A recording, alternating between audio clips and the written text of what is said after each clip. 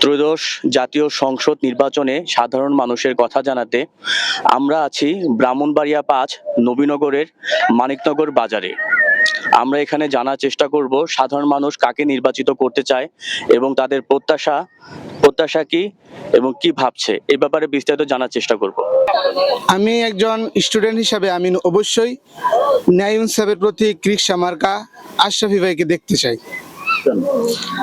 কারণ আমরা দেখেছি উনি গত 4 বছর প্লাস একজন রানিং আমাদের নবীনগরের কৃষ্ণনগর ইউনিয়নের একজন রানিং সফল চেয়ারম্যান, এবং উনি দেখলাম কিছু না একটা চ্যালেঞ্জ ছুড়ছেন সকল প্রার্থীদের কাছে যে উনার 4 বছর প্লাস চেয়ারম্যানের মধ্যে 1 টাকা দুর্নীতি কোনো ইউনো স্যার কোনো মেম্বার পদপ্রার্থী কেউ দেখাতে পারবে না। এটা আশরাফি ভাইয়ের একটা প্লাস পয়েন্ট, আমরা এটা দেখছি।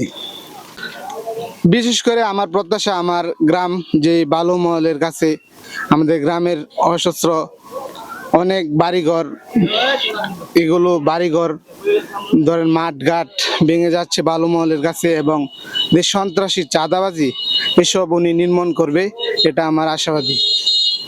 আমার না এই অত্র এলাকার সকলেরই একটা আশা যে উনি আসলে এই বালুমহলের ব্যবসাটা বন্ধ হবে, আমাদের এলাকা রক্ষা পাবে।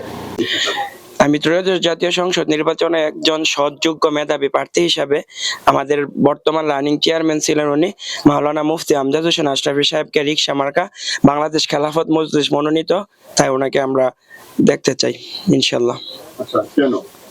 কারণ উনি একজন সৎযোগ্য মেধাবী, আমরা তাকে আমাদের এই নবীনগর থানার মধ্যে কৃষ্ণনগর ইউনিয়নে উনি রানিং চেয়ারম্যান ছিল, আমরা ওনার সর্বোচ্চ ভালো রিপোর্ট পেয়েছি, এবং উনি একজন সৎযোগ্য মেধাবী চেয়ারম্যান প্লাস উনি একজন আলেম মুফতি মানুষ।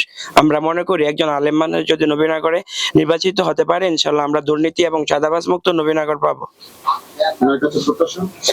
ওনার কাছে প্রত্যাশা আমরা আগেও আমাদের এখানে আসার পর আমরা রাখছি, আমরা যেহেতু নদী কবলিত এলাকা, আমাদের ওনার কাছে প্রত্যাশা, আমাদের সবচেয়ে বড় প্রত্যাশা আমরা নদী ভাঙ্গনে জর্জরিত ব্রাহ্মণবাড়িয়া টু বড়িকান্দি টু ওই সাহেবনগর পর্যন্ত আমাদের একটা বেড়িবাঁধ উনি নির্মাণ করবেন, এটাই হচ্ছে আমাদের সবচেয়ে বড় প্রত্যাশা।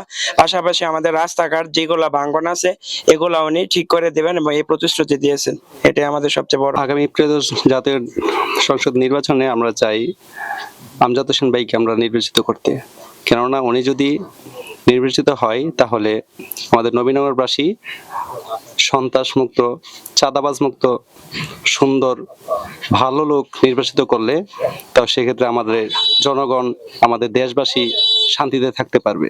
তার জন্য আমরা চাই আমজাদ হোসেন ভাই সবচেয়ে ভালো ব্যক্তি, ওই ব্যক্তি হিসেবে আমরা ওনাকে নির্বাচিত করতে চাই। ওনার কাছে প্রত্যাশা আমাদের যে উনি ভালো লোক, ভালো কাজ করবে, কেননা চাঁদাবাজি, সন্ত্রাসী, মাদক এগুলা নির্মূল করে দিবে, এবং ওনার কারণে যে ভালো ব্যক্তির কারণে আমাদের যে রাস্তাঘাট এবং নদী ভাঙ্গনের যে সমস্যাগুলা সবকিছু উনি প্রতিশ্রুতি দিয়েছে, এই রাস্তাঘাট এবং নদী ভাঙ্গনের সবকিছু কাজ আপনার একুরেট ভাবে আপনার কাজ কমপ্লিট করে দিবে, মানে কাজ সঠিকভাবে কাজ করে দেবে।